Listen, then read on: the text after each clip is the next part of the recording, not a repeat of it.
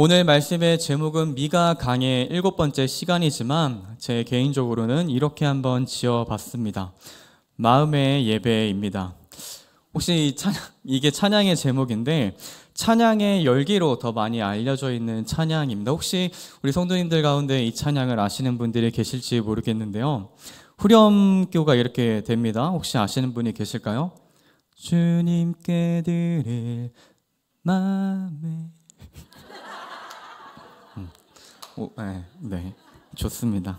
제가 가사를 읽어드리도록 하겠습니다. 주님께 드릴 마음의 예배, 주님을 위한, 주님을 향한 노래, 중심 잃은 예배 내려놓고 이제 나 돌아와 주님만 예배해요 라는 후렴의 가사입니다. 오늘 말씀을 준비하면서 제 마음 가운데 가장 많이 머물렀던 찬양이었습니다. 사랑하는 우리 제2교회 성도님들, 오늘 드리는 우리의 이 예배가 주님께 온 마음을 다해 드리는 예배가 되기를 소망합니다. 주님을 향한 예배가 되기를 소망합니다. 중심이 빠진 겉모습만 번지르한 예배가 아니라 참된 예배자로 주님께 나아가는 복된 예배가 되기를 간절히 소망합니다.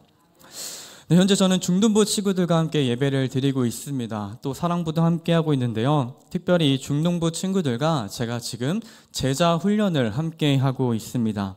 예수님의 사람 1이라는 이주 유기성 목사님께서 집필하신 청소년 제자훈련 교재로 함께 하고 있는데요. 이 책은 총 5개의 챕터로 이루어져 있고 각 챕터마다 또 5개의 주제들이 담겨 있습니다. 근데 이 첫 번째 챕터에 또 첫 번째 주제의 제목이 뭐냐면 나는 정말 예수님을 믿는 사람입니까? 라는 질문입니다. 저 질문부터 굉장히 힘들게 하는 질문인데요. 나는 정말로 예수님을 믿는 사람입니까? 라는 이 주제 안에서 책에서 이렇게 질문합니다. 여러분은 교회를 다니는 사람입니까? 아니면 예수님을 믿는 사람입니까? 아멘. 자, 여기서부터 좀 몇몇 분들은 혼란이 찾아오실 수도 있을 것 같아요. 나는 교회를 다녀. 예수님을 믿기 때문에 다니지. 교회를 다니니까 예수님을 믿는 거지? 라는 이제 생각이 들게 됩니다. 또 누군가는 예수님을 믿는 것과 교회를 다니는 것이 별개일 수 있을까? 라는 생각을 하기도 합니다. 또 누군가에게는 찔림으로 와닿는 말일 수도 있겠죠. 근데 과연 이 두 가지가 별개일 수 있을까요? 실제로 목회데이터 연구소라고 다양한 기독교 설문조사를 하는 기관에서 한 가지 질문을 설문했습니다. 2023년 1월에 19세 이상의 개신교 성도들 약 2,000명을 대상으로 설문조사를 했는데요. 그 중에 하나가 나는 신앙생활을 왜 하나? 신앙생활하는 이유입니다. 자, 2,000여 명의 성도님들 중에 이렇게 대답하신 성도님들이 있습니다. 나는 구원과 영생을 위해서 교회를 다닙니다. 이러한 답을 선택한 성도님들이 몇 퍼센트 될까요?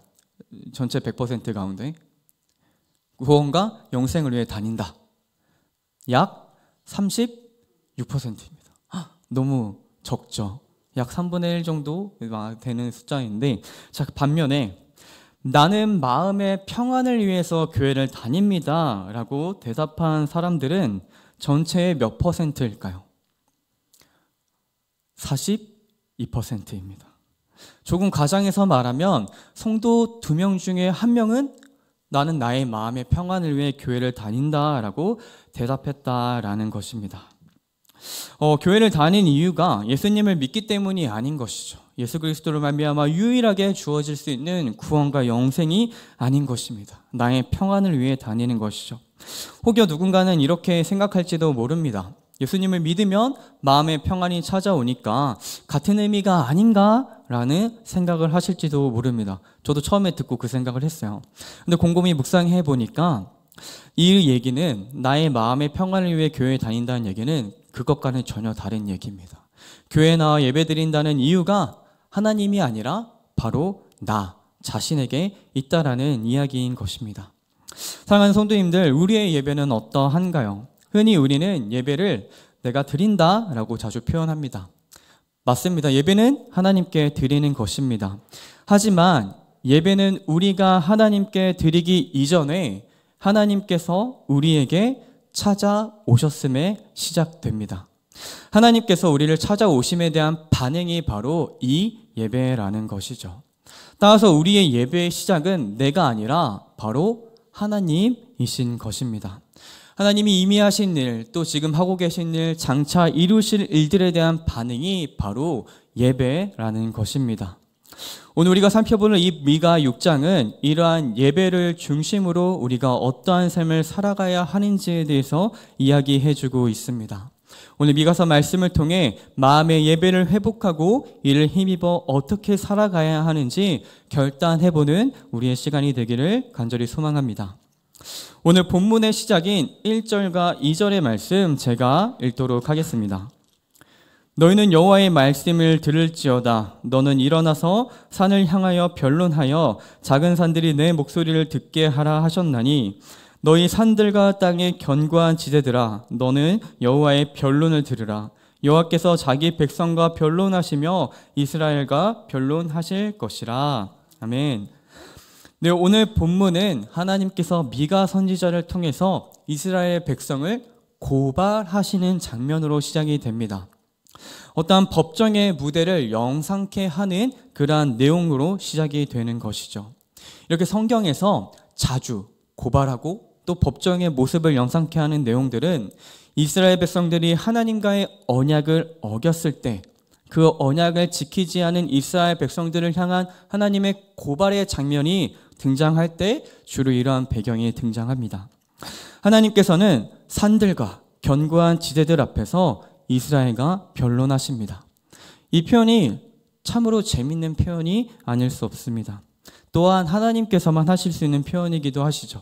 온 우주의 만물을 지으신 하나님께서 산들아 견고한 지대들아 너희가 이 모든 일들을 보지 않았느냐? 너희가 이 일들의 증인이다. 너희 앞에서 나와 이스라엘이 변론하겠다라고 말씀하시는 것입니다. 그러면서 하나님은 3절에 이스라엘 백성들에게 이렇게 물어보십니다. 우리 3절 말씀은 함께 읽어보도록 하겠습니다. 시작. 내 백성아 내가 무엇을 내게 행하였으며 내가 무슨 일로 너희를 괴롭게 하였느냐? 너는 증언하라. 아멘. 하나님께서 법정 앞에 이스라엘을 세우시고 이스라엘 백성들에게 도대체 내가 너에게 무엇을 행하였는지 물어보고 계십니다. 이러한 3절 말씀은 메시지 성경으로 읽으면 조금 더 와닿게 되는데요. 제가 메시지 성경 버전으로 한번 읽어보겠습니다. 내가 너희에게 무엇을 잘못했느냐? 내가 너희를 괴롭혔느냐? 너희를 지치게 했느냐? 대답해 보아라. 하나님의 답답한 마음이 느껴지시나요? 하나님은 이스라엘과 시내산에서 언약을 맺으시면서 이스라엘을 하나님의 제사장 나라, 거룩한 백성으로 삼으셨고 하나님께서 그들의 하나님이 되어주셨습니다. 이제 그들은 하나님을 자신들의 주인으로 모셔드리고 그분이 하시는 말씀 안에서 순종하며 살아가는 삶을 살아가야 했습니다. 그런데 이러한 이스라엘 백성들은 끊임없이 하나님 앞에 죄를 짓는 모습을 보여줍니다. 그러한 이스라엘 백성들을 지금 하나님께서 고발하고 계시는 것입니다. 이스라엘아, 도대체 내가 너에게 무슨 잘못을 했길래 그렇게도 나의 마음을 아프게 하니? 이스라엘아, 내가 너희를 괴롭게 한 일이 있니? 내가 너희를 지치게 한 일이 무엇이니? 라고 물어보고 계시는 것입니다. 지금 이 말씀의 배경은 법정에서 하나님께서 견고한 산과 지대를 증인으로 세우시고 이스라엘을 피고인으로 세우시고 고발하는 장면입니다. 그런데 그러한 이스라엘을 고발하시는 하나님의 태도에서는 전혀 그러한 법정의 모습이 느껴지지 않습니다. 이렇게 고발하는 와중에 하나님이 피고인인 이스라엘을 계속 뭐라고 부르십니까? 자기의 백성, 내 백성아, 내 백성아 라고 계속해서 부르십니다. 사랑이 가득 담겨있는 말로 부르고 계시는 것입니다. 너희가 나의 사랑하는 내 백성들아, 무슨 이유로 나를 떠나려고 하니? 내가 무슨 잘못을 했니? 왜 나를 아프게 하니? 라고 말하시면서 마치 사랑하는 여인에게 이야기하듯이 말씀하고 계시는 것입니다.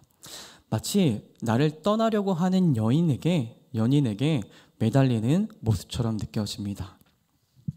혹시 우리 성도님들, 우리 사랑하는 사람과 연애를 했던 경험이 다들 있으신가요?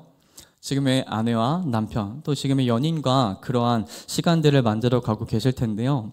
이 말씀을 읽는데 저와 아주 가까운 한 형의 러브 스토리가 생각이 났습니다. 제 이야기는 아니고요.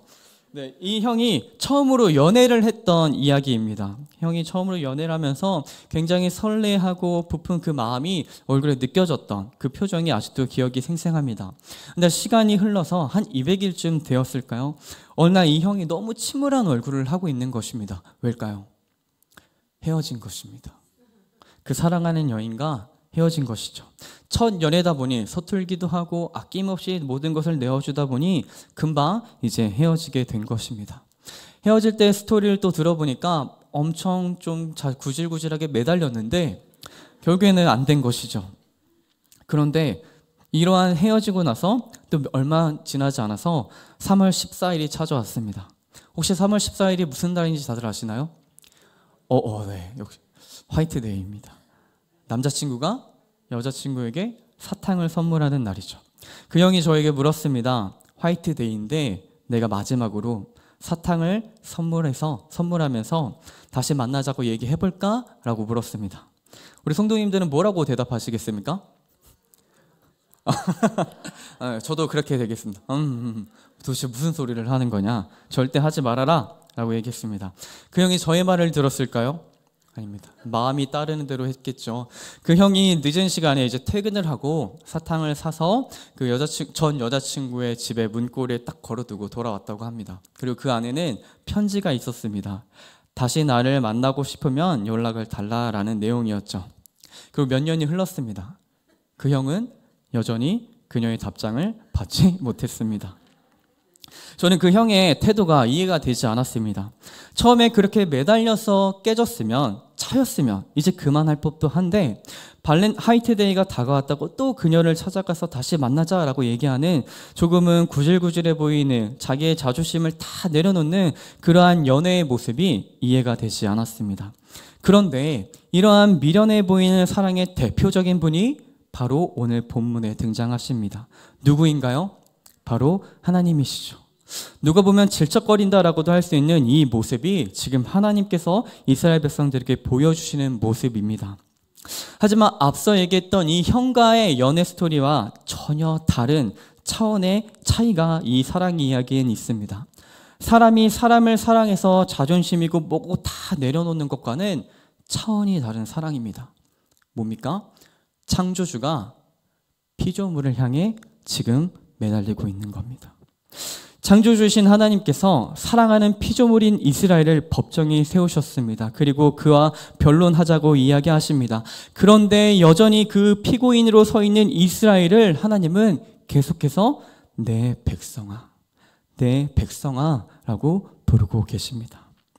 이스라엘을 향한 하나님의 태도는 엄중했지만 그들을 대하는 하나님의 마음 가운데는 여전히 따뜻한 사랑이 넘쳐나고 있는 것이죠.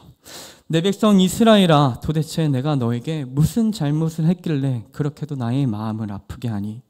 내 백성 이스라엘아, 내가 너희를 괴롭게 한 일이 도대체 무엇이니?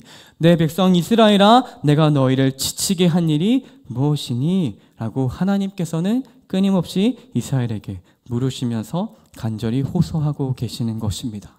무슨 의미입니까? 돌아오라라는 의미입니다. 도대체 내가 너에게 아쉽게 한 일이 뭐가 있니? 돌아오라 라고 말씀하시는 것입니다.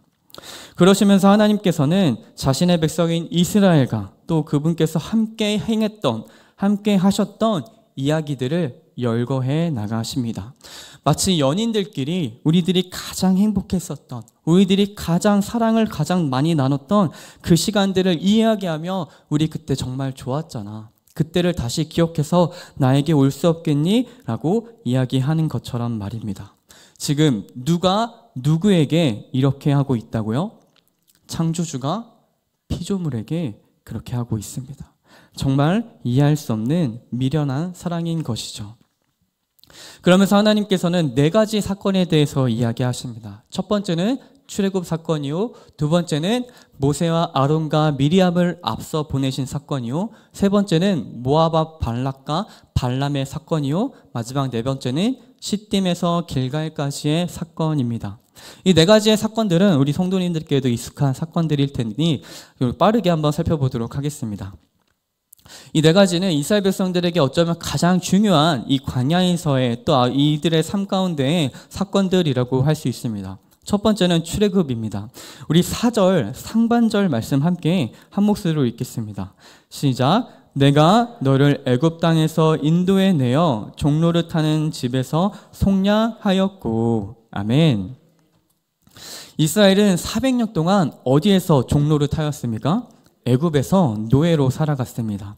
그런 그들을 하나님께서는 속량하셨다라고 말씀하십니다. 노예를 속량했다라는 것은 그 노예의 값을 치러서 노예의 신분에서 벗어나도록 해주었다라는 것입니다. 노예 스스로는 도무지 치를 수 없는 그 값을 대신 치러서 그가 노예라는 신분에서 벗어나 자유자가 되도록 하셨다라는 것입니다. 그 대가가 무엇이었습니까? 출애굽 때 있었던 마지막 10번째 장자의 죽음을 이스라엘 백성들이 어떻게 피하였죠? 어린 양의 피를 문설주에 바름으로 피했습니다. 바로 어린 양의 피값으로 이스라엘은 이 죽음의 재앙을 피해 출애굽을 할 수 있었습니다. 사랑하는 성도님들, 이 어린 양이 의미하는 분이 누구신가요? 맞습니다. 우리들이 너무나도 잘 알고 있는 예수 그리스도이십니다. 이스라엘 백성들을 출애굽시키는 사건에서 이미 예수 그리스도의 죽으심이 계획되어 있었습니다. 그리고 그렇게 그들을 속량하셨습니다. 하나님의 사랑이 드러나는 대표적인 사건인 것이죠. 하나님께서 이스라엘 백성들을 너무나도 사랑하셨습니다. 하필 많고 많은 사람들 중에 노예로 400년 동안 노예로 살아가고 있던 그들을 사랑하신 것입니다. 그래서 그들을 구원하시기 위해서 어린 양의 피로 값을 치르십니다. 그리고 그 어린 양의 피는 예수 그리스도의 보혈을 예표하는 것이죠. 하나님께서는 이미 죄의 종노릇하며 살아가는 우리들을 해방시키기 위해서 예비된 예수 그리스도의 보혈을 예표로 보여주심으로 내가 반드시 그 예수 그리스도를 보내주실 것이라고 보여주고 계신 것입니다. 그리고 그렇게 이스라엘을 구원하셨습니다. 출애굽 사건을 우리들이 구원이라고 표현하는 것도 바로 그러한 이유입니다. 그렇게 하나님께서는 이스라엘을 향한 사랑을 보여주셨습니다. 그리고 또 어떤 사건을 말씀하십니까? 모세와 아론과 미리암을 내 앞서 보냈다라고 말씀하십니다. 이 세 명의 인물이 상징하는 것은 하나님께서 계속해서 그들과 함께 하셨다라는 것을 보여주는 것입니다. 하나님께서는 노예 생활을 하던 이스라엘 백성 가운데에 누구를 택하셔서 그들을 출애굽하셨습니까? 모세를 택하셨습니다. 모세를 통해 그들을 출애굽시키시고 시내산에서 그들과 함께 언약을 맺으셨습니다. 새로운 정체성으로 이제 그들이 하나님만을 바라보며 살아가는 존재로 바꿔주신 것입니다. 거기에서 그치지 않으시고 하나님께서는 계속해서 이스라엘 백성들과 함께 하시기 위해서 그들에게 성막을 짓고 내가 그 가운데 거하며 너희와 함께 하겠노라고 말씀하십니다. 이러한 성막에서 하나님께 예배드리는 그 제사를 인도하는 자가 누구입니까? 제사장이었고 그가 바로 아론이었습니다. 그렇게 하나님께서는 그들과 함께하는 길을 또 만들어 주셨습니다. 마지막으로 미리암은 아론과 함께 하나님의 음성을 들었던 선지자였습니다. 그녀는 시를 지어서 하나님을 찬양했고 하나님의 말씀을 들으면서 살아갔습니다. 그들을 통해서 모세와 아론과 미리암을 통해서 하나님께서는 계속해서 이스라엘 백성들을 인도하시고 함께하고 계셨음을 보여주셨습니다. 노예의 신분에서 속량하신 채로 그대로 버려두신 것이 아니라 그들과 언약을 맺고 새로운 정체성을 부여하시고 예배하며 교제하는 삶을 허락하신 것입니다. 끊임없이 그들과 함께 하신 것이죠. 우리들이 알고 있는 이스라엘 백성들은 끊임없는 방황과 배신과 무수히 많았던 원망과 탄식들을 하나님께 무수히 많이 올렸습니다. 하지만 그러한 이스라엘 백성들을 하나님께서는 버려두지 않으시고 끝까지 그들과 함께 하셨습니다. 그들을 그렇게 사랑하셨습니다. 그리고 이어서 모압의 발락 왕과 발람의 사건을 이야기합니다. 이 그때 당시에 모압이라는 나라는 꽤 큰 세력을 가지고 있던 나라였습니다. 그런데 갑자기 신은 강자로 아모리 족속이 나타납니다. 모압과 아모리 족속과의 전쟁 속에서 아모리 족속이 모압을 이기고 상당히 많은 양의 땅을 차지하게 되었습니다. 그런데 이 신은 강자인 아모리 족속을 듣도 보도 못했던 한 민족이 나타나서 물리친 것입니다. 어느 민족인가요? 이스라엘입니다. 이 이스라엘의 이야기를 들은 모압의 발락 왕은 두려워합니다. 그리고 그들을 어떻게 이길까 고민하는 가운데에 발람이라는 선지자를 돈으로 매수하여 이스라엘을 저주하고자 합니다. 이스라엘에게 저주하라고 발람을 시켰는데 발람이 어떻게 합니까? 이스라엘을 저주하는 것이 아니라 축복합니다. 그러한 축복 가운데 또 아주 유명한 예언의 말씀이 있죠. 한 별이 이스라엘에게서 나올 것이다. 메시아의 예언이 그 축복 가운데 또 담겨 있습니다.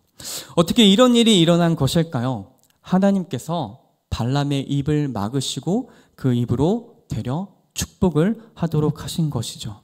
그런데 성도님들, 여기서 중요한 것은 이 사실을 이스라엘 백성들은 몰랐다라는 것입니다.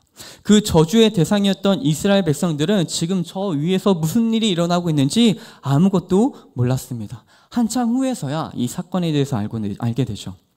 이러한 내용을 통해서 우리가 알 수 있는 것은 이스라엘 백성들이 알지 못하던 그 순간에도 하나님께서는 보이지 않는 곳에서 그들을 위해 계속해서 일하고 계셨다라는 것입니다.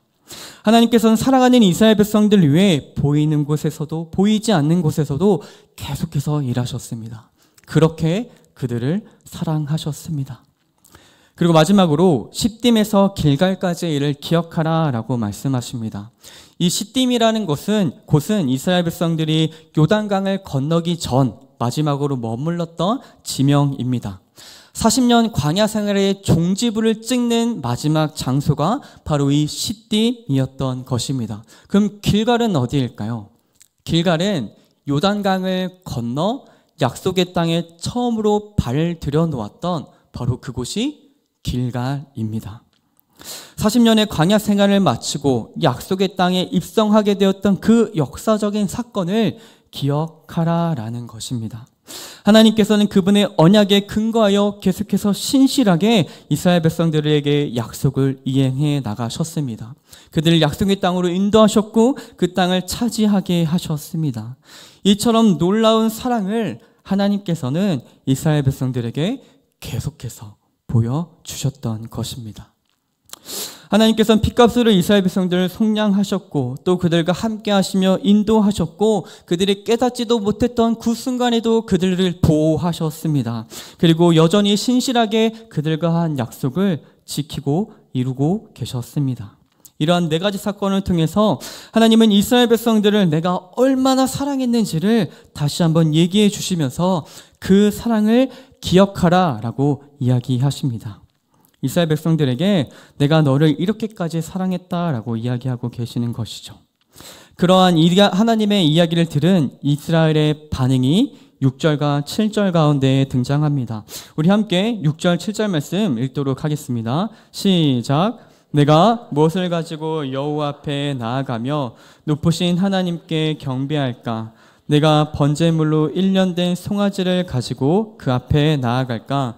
여호와께서 천천의 순양이나 만만의 강물 같은 기름을 기뻐하실까?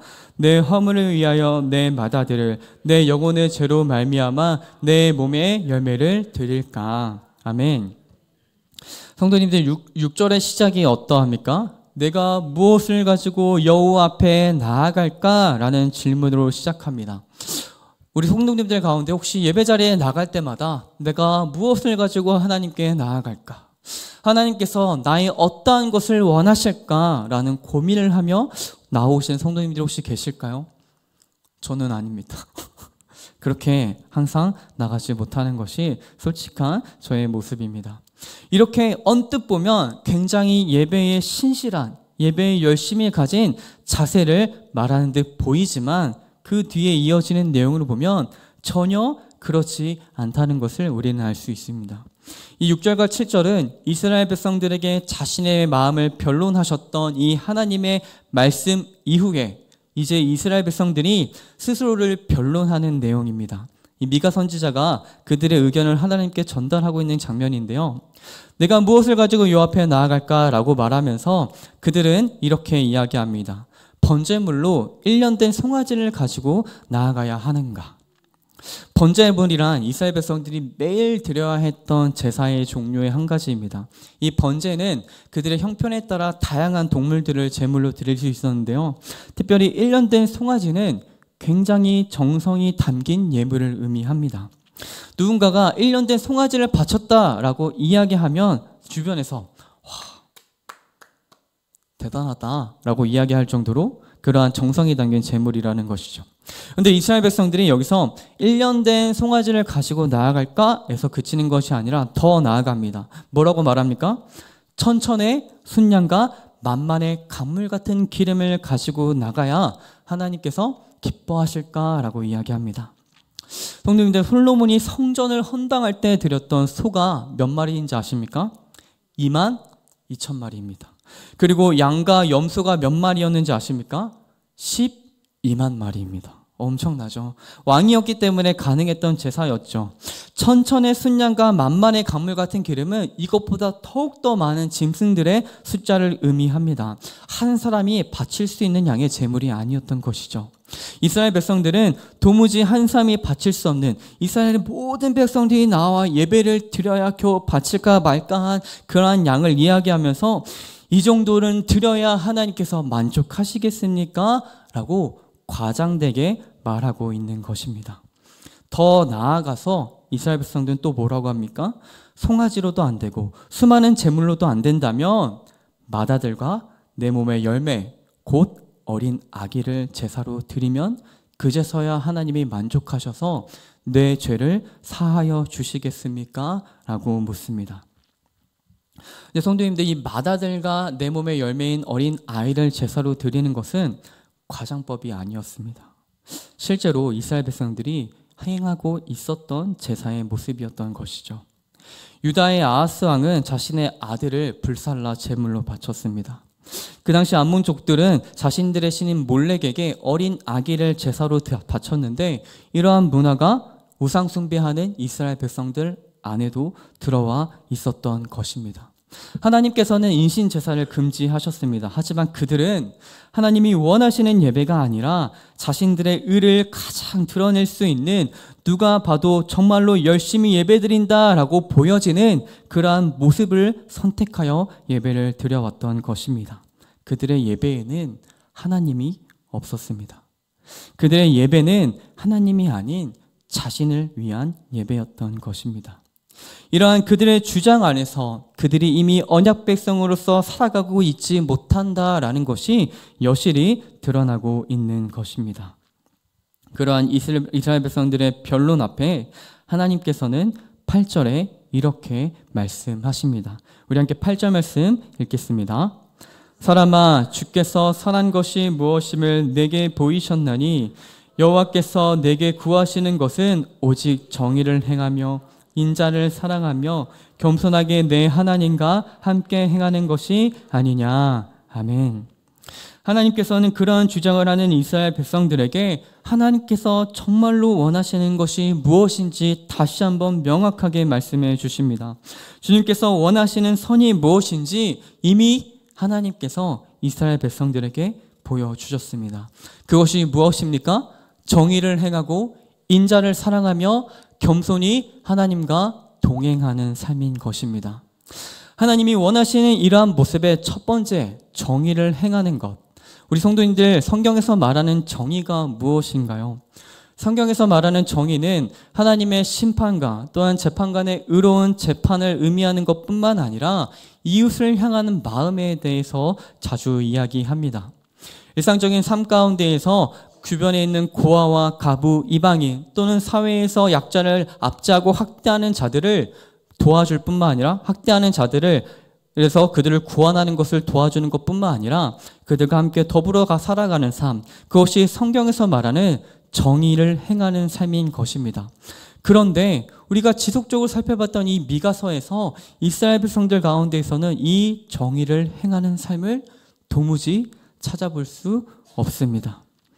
앞서 함께 살펴봤던 미가서 3장에서는 이렇게 이야기하죠.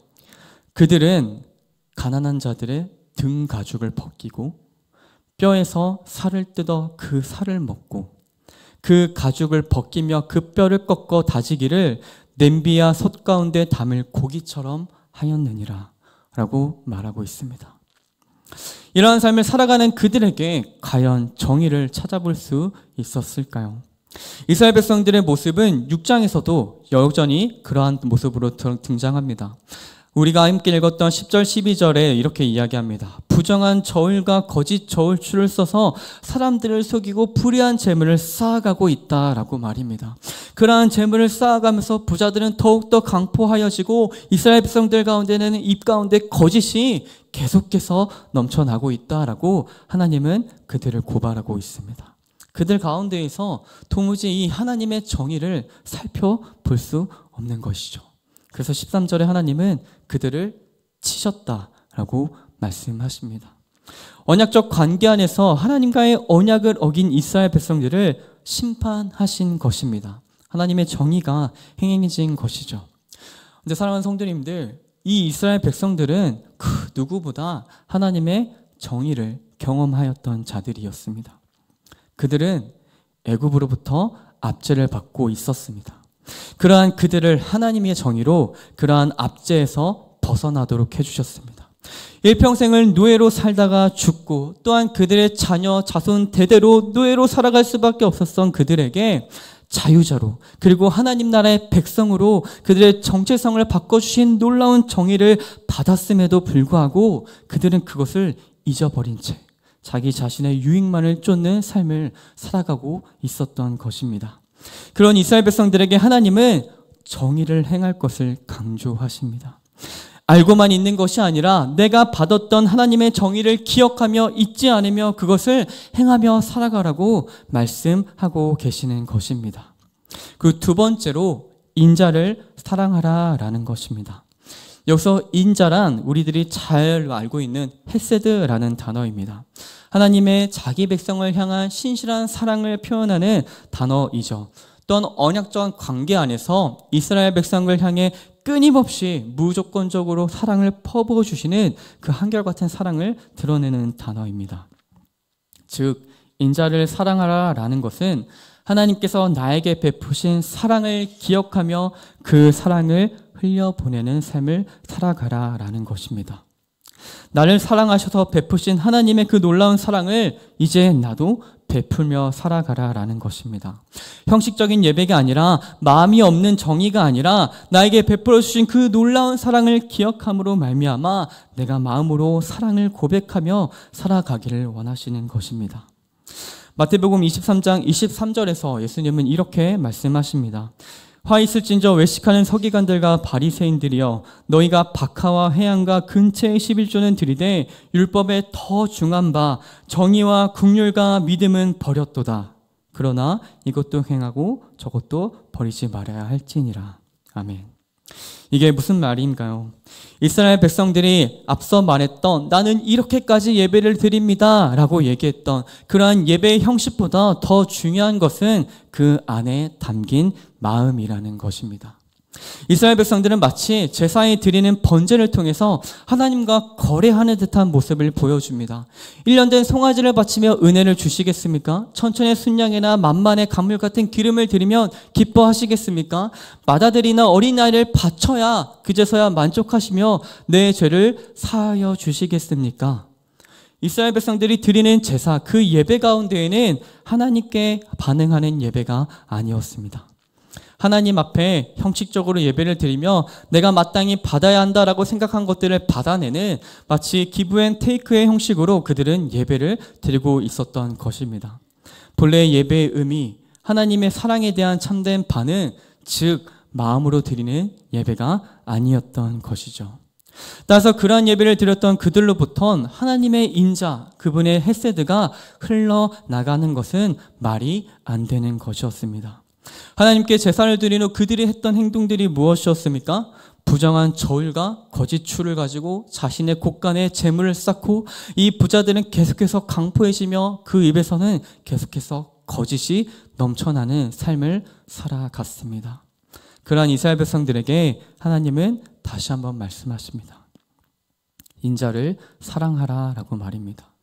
하나님께서 베푸신 사랑을 기억하고 그 사랑을 닮아 흘려보내는 삶을 살아가라 라고 말씀하고 계시는 것입니다. 이제 마지막으로 겸손하게 하나님과 함께 행하는 것에 대해 나누겠습니다. 하나님이 보여주신 선인, 정의를 행하며 인자를 사랑하는 삶을 살아가기 위해서는 반드시 겸손하게 하나님과 함께 행하는 삶을 살아가야 합니다. 하나님 앞에서의 겸손한 자세는 하나님을 하나님으로 인정해 드릴 때 가능한 것입니다. 하나님이 나를 지으신 창조주이심을 기억하며 내가 그분의 피조물임을 기억하고 인정해 드릴 때에 비로소 우리는 그분 앞에 겸손하여질 수 있습니다. 그분이 나의 주인이시라는 믿음의 고백이 뒷받침될 때에 우리는 그분께 겸손하게 나아갈 수 있는 것입니다. 그런데 이러한 겸손의 모습 역시 하나님께서 우리들에게 주시는 선물입니다. 출애굽한 이스라엘을 하나님께서는 가만히 두지 않으시고 모세와 아론과 미리암을 통해 계속해서 인도하십니다. 또 발락과 발람의 사건을 통해서 보이지 않는 곳에서도 여전히 그들을 위해 일하시는 모습을 보여주십니다. 또 시딤과 길갈의 사건을 통해서 신실하게 약속을 지켜나가시는 하나님의 놀라운 은혜를 보여주십니다. 그러한 하나님의 사랑과 은혜 앞에서 그들은 한없이 겸손해질 수밖에 없는 것입니다. 그런데 이스라엘 백성들은 겸손하지 않았습니다. 그들은 마치 자신들이 하나님을 선택할 수 있는 양 행동했습니다. 수많은 신들과 우상들과 하나님을 겸하여 섬겼습니다. 그래서 우상들을 섬기던 방식으로 하나님께 예배하고자 했습니다. 인신제사가 바로 그 모습인 것이죠. 하나님께 예배드리는데 하나님이 말씀하신, 하나님이 기뻐하시는 방법이 아닌 하나님께서 금하셨던 그분이 싫어하는 방식으로 자신들이 원하는 방식, 자신들의 가장 열심히 내었다라고 말하는 방식, 나의 의를 더욱더 드러내는 방식으로 하나님께 예배를 드렸던 것입니다. 그 결과가 어떠했습니까? 하나님께서 받지 않으시는 예배, 하나님께서 받지 않으시는 삶, 하나님의 정의의 심판을 받고야만은 인생이 되고만 것입니다. 겸손히 하나님과 함께하는 삶을 살아가는 것은 우리의 열심이 아닌 하나님의 열심으로 가능한 것임을 우리는 기억해야 합니다. 하나님께서 행하신 일들을 기억할 때에 비로소 우리는 그 앞에 겸손하여질 수 있고, 그러한 겸손한 자세로 주님 앞에 나아갈 때에 그분이 이끄시는 그 믿음의 삶을 그분과 함께 걸어갈 수 있게 되는 것입니다. 사랑하는 우리 제2교회 성도 여러분, 이 미가서 말씀을 통해 우리 스스로에게 한번 질문해 봤으면 좋겠습니다. 오늘 우리들이 드리는 이 예배의 모습은 어떤가요? 우리의 예배는 내가 아닌 하나님을 향해 있으며 우리의 삶 속에는 그분의 정의와 인자와 겸손히 그분과 함께하는 삶의 모습이 얼마나 드러나고 있나요? 그러한 예배를 드리기 위해, 그러한 삶을 살아가기 위해 우리들 역시 반드시 해야 하는 것이 있습니다. 무엇일까요? 예수 그리스도를 기억하는 것입니다. 이미 그분께서 십자가로 말미암아 그 선을 이루셨습니다. 정의와 인자를 그 십자가로 온전히 이루셨습니다. 우리들의 죄의 무게는 결코 가볍지 않았습니다. 그래서 하나님이신 예수님께서 사람의 몸을 입고 이 땅 가운데 오신 것이죠. 그리고 이 땅 가운데 오셔서 버림받으시고 모진 고난을 당하시고 최악의 형벌인 십자가를 지시기까지 하셨습니다. 그들을 위하여 왔는데 그들의 손으로 말미암아 십자가에 달리셨습니다. 하지만 그분의 인자는, 그분의 헤세드는 그 일을 통해 정의를 이루어 가셨습니다. 아들의 죽음을 우리의 죽음으로 여겨주셨습니다. 그리고 아들의 생명도 우리의 생명으로 여겨주셨습니다. 이로써 그분의 정의로 말미암아 우리의 죄의 문제를 완전히 해결하셨으며 그분의 말로 형용할 수 없는 인자, 그 사랑을 우리들에게 보여주신 것입니다. 이제 우리는 그 예수 그리스도를 기억해야 합니다. 예수 그리스도를 통해 하나님께 나아가야 합니다. 이러한 그분의 정의가 우리로 하여금 정의를 행하도록 만듭니다. 이러한 그분의 인자가 우리로 하여금 인자를 사랑하게 만듭니다. 예수 그리스도의 십자가를 기억할 때 우리는 비로소 하나님께 겸손히 나아가며 그분과 동행하는 삶을 살아갈 수 있게 되어지는 것입니다. 하나님은 영이시니 예배하는 자가 영과 진리로 예배할지니라. 우리는 오직 길이요 진리요 생명 되시는 예수 그리스도로 말미암아 참된 예배를 드릴 수 있습니다. 나의 마음의 평안이 아니요 무언가 주고받는 수단이 아니요 나를 위한 예배가 아닌 내가 드러나는 예배가 아닌 나에게 먼저 찾아오셔서 모든 정의와 인자를 행하신 그분으로 말미암아 참으로 감사하며 사랑합니다라고 고백하며 나아가는 것이 오늘 우리가 드릴 예배인 것입니다. 그렇다면 우리의 삶은 예배 이후 조금은 달라져야 합니다. 예배를 드렸는지도 중요하지만 그보다 중요한 것은 예배를 드린 후에 나의 삶이 얼마나 달라졌느냐입니다. 우리의 삶 속에서 조금 더 그분의 정의가 드러나야 합니다. 우리의 삶 속에서 조금 더 그분의 인자가 드러나야 합니다. 우리의 삶 속에서 조금 더 그분과 동행하는 삶의 모습이 드러나야 하는 것입니다. 나를 통해 그분이 드러나는 삶, 그 복되고 귀한 삶을 살아가는 우리 모든 제2교회 성도님들의 삶이 되기를 주님의 이름으로 간절히 축복하고 소망합니다. 아멘.